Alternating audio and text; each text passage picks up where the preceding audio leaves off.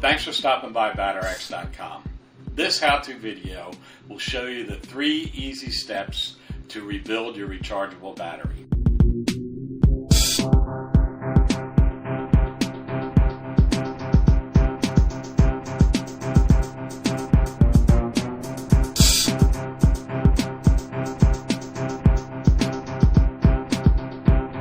Step 1, raise the slots and the tabs.